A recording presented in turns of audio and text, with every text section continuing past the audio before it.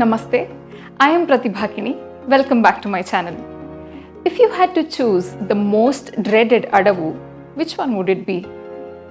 I am sure Mandi Adavu tops the list for most of you. What if I told you you could let go of your love-hate relationship with Mandi Adavu if you do this routine regularly?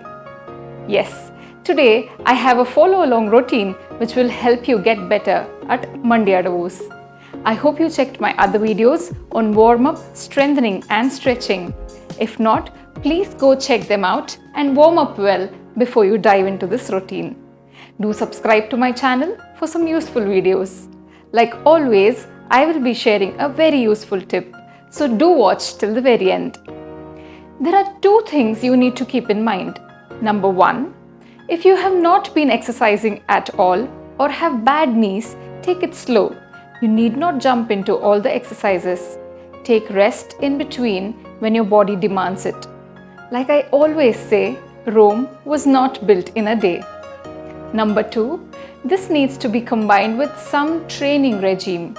If you strengthen only one muscle in your leg, the other muscles are going to snap. So check out my video on leg strengthening if you haven't already. Let's get started. We will be doing 10 exercises for 40 seconds each to improve balance, strengthen knees and condition the legs to get better at Mandi Adavus. We shall take 10 to 15 seconds break in between exercises. That's when I will explain the next exercise. You can catch your breath and sip water if necessary during that time. The first exercise is Muzhumandi Jumps. Sit down in Muzhumandi or Purnamandi. Hold your core tight and back erect. Start jumping on your toes.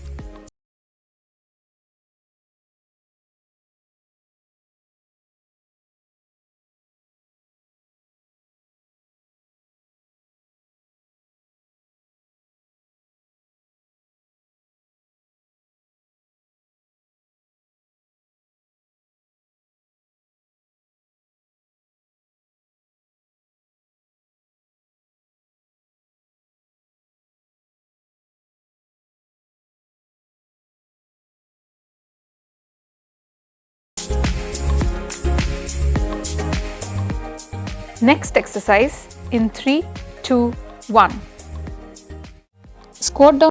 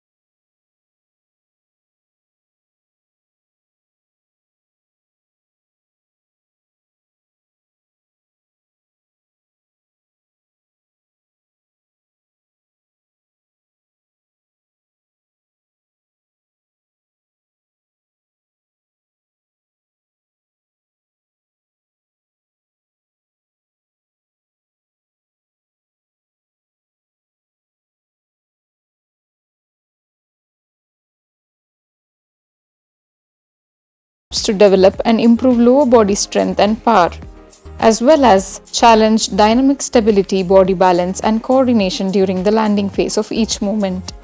You will also engage muscles that stabilize the core and the hips, those that are used for rotational movements we do during Mandi Adavu, and even improve ankle stability.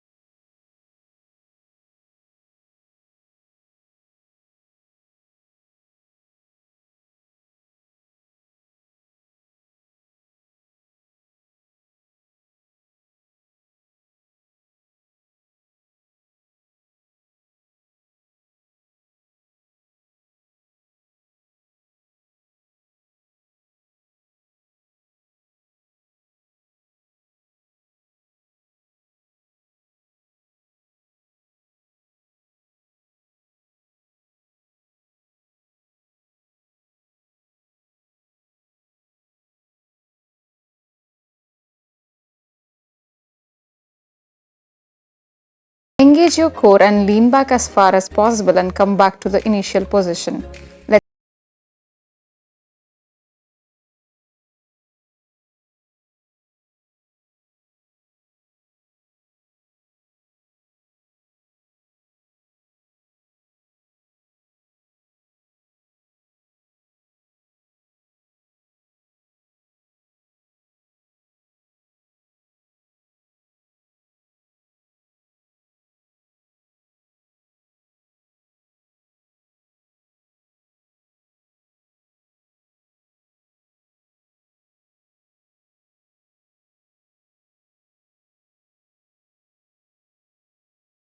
Next exercise in 3, 2, 1.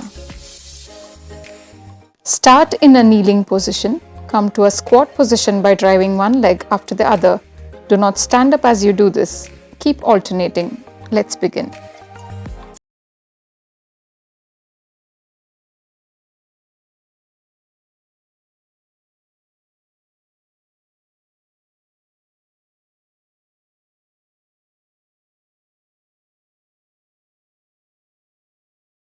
You'll get a hip flexor stretch in the kneeling leg, which is increasingly important while doing Mandi Adavu.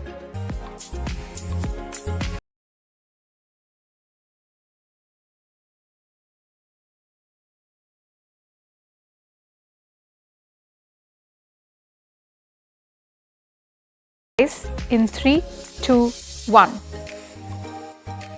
How can you get better at Mandi Adavu without practicing it, right? Let's do the footwork of 5th Mandi Adavu.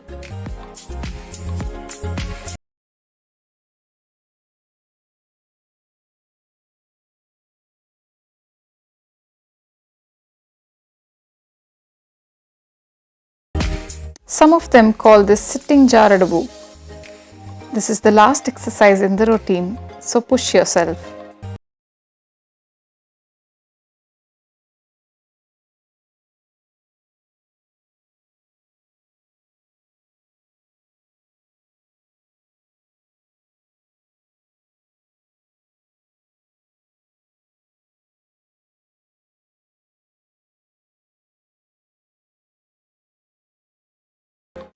And we are done.